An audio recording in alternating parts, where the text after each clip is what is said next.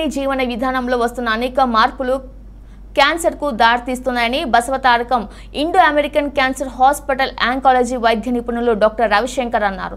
స్థానిక JVR degree కళాశాలలో Lions club of Sathupalli Chetana foundation ఆధ్వర్యంలో జరిగిన క్యాన్సర్ వైద్య శిబిరంలో హాజరైన వారిని ఉద్దేశించి ఆయన మాట్లాడుతూ ప్రధానంగా 3 కారణాల క్యాన్సర్ కు దారితీస్తున్నాయని అన్నారు. మానసిక ఒత్తిడి, తినే ఆహారంలో కాలుష్యం, గుట్కా, పాన్ మసాలాలకు ఇవన్నీ క్యాన్సర్ కు దారితీస్తున్నాయని, ఆరోగ్యకరమైన జీవన విధానం అలవర్చుకోవడం ద్వారా ఈ వ్యాధి నుండి కాపాడుకోవచ్చని ఆయన సూచించారు. 2 రోజులుగా జరిపిన వైద్య పరీక్షలకు దాదాపుగా 400 మంది హాజరు కాగా కేవలం 3లోనే క్యాన్సర్ ప్రాథమిక లక్షణాలు ఉన్నట్లు గుర్తించామని అన్నారు. సత్తుపల్లి ప్రాంత ప్రజలు ఆరోగ్యం పట్ల అవగాహన, తగిన జాగ్రత్తలు తీసుకుంటున్నారని, ఇందుకు ఈ పరీక్ష ఫలితాలే తార్కాణమని అన్నారు. చేతన ఫౌండేషన్ నిర్వాహకులు పస్మర్తి రంగారావు మాట్లాడుతూ ప్రాథమిక దశలో ఉన్నవారు సత్వర చికిత్స తీసుకున్నట్లయితే వ్యాధి నుండి బయటకు పడవచ్చని సూచించారు. కార్యక్రమంలో లయన్స్ క్లబ్ అధ్యక్ష ప్రధాన ఆర్థిక కార్యదర్శులు దొడ్డా కృష్ణయ్య, పెనుగొండ రమేష్, గుండు శ్రీనివాసరావు, చార్టర్డ్ ప్రెసిడెంట్ కొత్తూరు ప్రభాకర్ రావు, గండ్రా సోమిరెడ్డి, మందపాటి ప్రభాకర్ రెడ్డి, జెడ్సీ జంగా, సత్యనారాయణ, రామాజయ్య, హరిబాబు, ఉమా, మహేశ్వర్ రెడ్డి పాల్గొన్నారు.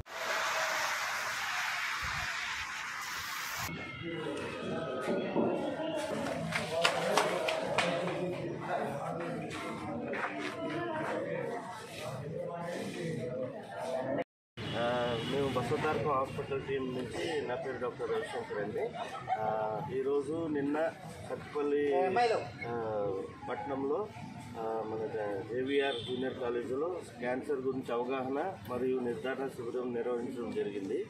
సుమారుగా 350 పైన పేషెంట్స్ ప్రజలు వచ్చారు అవగాహన కోసం మరియు ఏమన్నా ఉంటే పరీక్షించుకోవడానికి. 350 మందిలో ఆల్మోస్ట్ మ్యాక్సిమం అందరికీ టెస్టులు చేయడం జరిగింది. ప్యాప్స్, మీరు మ్యామోగ్రామ్, అల్ట్రాసౌండ్ టెస్ట్ చేశారు. వాటిలో ముగ్గురికి లక్షణాలు ఉన్నట్టు కనిపించాయి. వాళ్ళని హాస్పిటల్కి రమ్మని చెప్పడం జరిగింది తదుపరి పరీక్షల కోసం.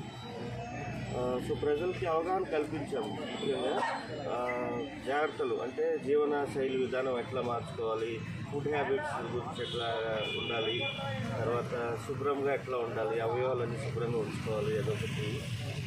తర్వాత మగవాళ్ళకైతే కొంచెం ఆల్కహాల్ అండ్ సిగరెట్ గురించి అవగాహన ఇచ్చాము. మనం చెప్తా వాళ్ళు మానరనుకుని ఫస్ట్ ఎక్స్ప్లెయిన్ టైం దాన్ని చెప్తాం బాగానే. ఆడవాళ్ళకి అట్లాగే గర్భాశయ క్యాన్సర్ గురించి అవగాహన కల్పించాం బాగానే. సో ముఖ్యంగా ప్రజలందరూ మంచిగా సద్వినియోగం తీసుకున్నారు ఈ అవకాశాన్ని. Thank you for all for attending camp. జాగ్రత్తలు అంటే ఫస్ట్ మనం చెప్పుకోగలిగింది లైఫ్ స్టైల్ విధానం. అఫ్కోర్స్ అందరికీ స్ట్రెస్ఫుల్ లైఫ్ స్టైల్ ఇప్పుడు ఈ మధ్యకాలంలో. ఆ స్ట్రెస్ తగ్గించుకుని అంటే స్ట్రెస్ అనేది పని చేసే దగ్గర ఉంటే అక్కడే వదిలేయాలి. ఆ స్ట్రెస్ని ఇంటికి తెచ్చుకుని మళ్ళీ అదంతా ఫ్యామిలీ మీద పడుతుంది, మన ఫుడ్ హ్యాబిట్స్ మీద పడుతుంది. స్ట్రెస్ అనేది రిలీజ్ చేసుకోవాలి. Second thing food. కలుషిత ఆహారం ఒకటి ప్లస్ కల్తీ ఫుడ్ ఒకటి ఎక్కువైంది ఈ మధ్య. మనకి ఏది కల్తీ ఏదో తెలియదు మనకి. సో ఫుడ్ అనేది మ్యాక్సిమం ఇంట్లోనే వండుకున్న ఫుడ్ తినడం చాలా వరకు 100% లేదు. అది ఎవరు ఫాలో అవ్వడం కష్టం అనుకోండి, ఈవెన్ నాకు కూడా కష్టము. బట్ స్టిల్ అదొక జాగ్రత్త చాలా ముఖ్యమైనది. మూడవది వచ్చేసి మగవాళ్ళకి గుట్కాలు అనేది గుట్కా నవలం రాలేదు అనుకుంటారు చాలామంది. ఆ గుట్కా తినడం వల్ల పళ్ళుకి ఆ బక్కల క్యావిటీ రాసుకుని మనకు తెలియకుండా లోపల చచ్చిపోతుంది సెల్స్ అనేది. అది చచ్చిపోయి కుళ్ళిపోయినాక క్యాన్సర్ గడ్డలో వస్తుంది.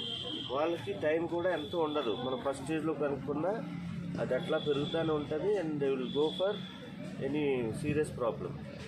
అట్లాగే స్త్రీలు ముఖ్యంగా రొమ్ము ఎగ్జామినేషన్ చేసుకోవాలి, ఎట్లా చేసుకోవాలి అవన్నీ జాగ్రత్తలు తీసుకోవాలి. పీరియాడికల్లీ ఎప్పటికప్పుడు వాళ్ళ కన్సల్టెంట్ గైనకాలజీ డాక్టర్ని కానీ జనరల్ డాక్టర్ని కలిసి ఏమన్నా దీర్ఘకాలంగా ఉంటే ఇబ్బందులు అది సాల్వ్ చేయడానికి చూసుకోవాలి.